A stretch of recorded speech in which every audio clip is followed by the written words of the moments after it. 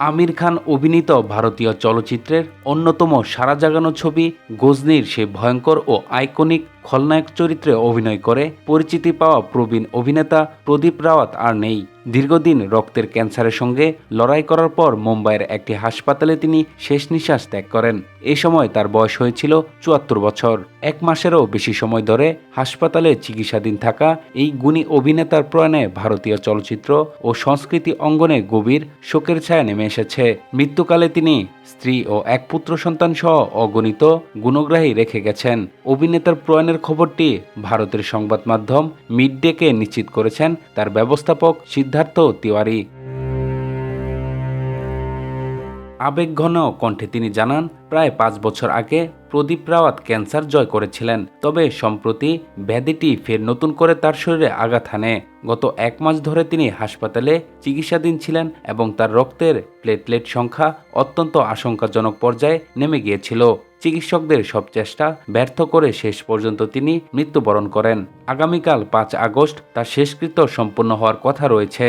১৯৮৫ সালে প্রয়াত মুকুল আনন্দ পরিচালিত এবং রাজ বাব্বর ও ডিম্পল কাপাডিয়া অভিনীত এতবার সিনেমার মাধ্যমে বড় পর্দায় আত্মপ্রকাশ করেছিলেন প্রদীপ রাওয়াত। তবে চলচ্চিত্রে পা রাখার আগেই ১৯৮৮ সালে বি আর চোপড়ার কালজয়ী ধারাবাহিক মহাভারত ও অশ্বত্থামার চরিত্রে অভিনয় করে ঘরে ঘরে পরিচিতি পান তিনি।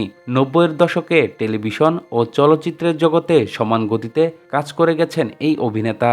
এই সময়ে অমিতাভ বচ্চন অভিনীত অগ্নিপথ, ব্যাপক জনপ্রিয় টিভি ধারাবাহিক চন্দ্রকান্তা, কয়লা এবং সরফরোশ এর মতো স্মরণীয় সব প্রজেক্টে গুরুত্বপূর্ণ ভূমিকায় অভিনয় করেছেন তিনি।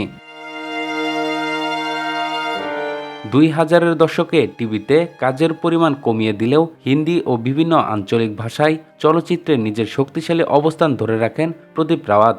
২০০১ সালে মুক্তিপ্রাপ্ত অল টাইম ব্লকবাস্টার লাগাম সিনেমায় ভুবন রূপী আমির খানের দলে থাকা অলরাউন্ডার ক্রিকেটার দেবাসিং সুধীর চরিত্রটি তাকে নতুন করে খ্যাতি এনে দেয়। এর ঠিক ৭ বছর পর ২০০৮ সালে আর মুরুগাদুসের ব্লকবাস্টার রিভেঞ্জ থ্রিলার গজনীতে আমির খানের মুখোমুখি নৃশংস ও রক্তহিম করা খলনায়ক গজনী ধানমান্তা চরিত্রে অভিনয় করে তিনি ইতিহাসের পাতায় নাম লেখান। উল্লেখ্য, এই হিন্দি রিমেকের আগে ২০০৫ সালে সূর্য অভিনীত মূল তামিল গজনী সিনেমাতেও তিনি একই খলনায়ক চরিত্রে অভিনয় করে সাড়া ফেলেছিলেন। সর্বশেষ ২০২৫ সালে বিকি কৌশল অভিনীত সাবাস সিনেমায় অভিনয় করেছিলেন এই গুণী শিল্পী। আর চলতি বছরে মুক্তিপ্রাপ্ত তেলুগু কমেডি ড্রামা গাজাপাট্টা সিমহাম এবং নেপালি চলচ্চিত্র আ বাটা আমাতে শেষবারের মতো দেখা গিয়েছিল এই অভিনেতাকে।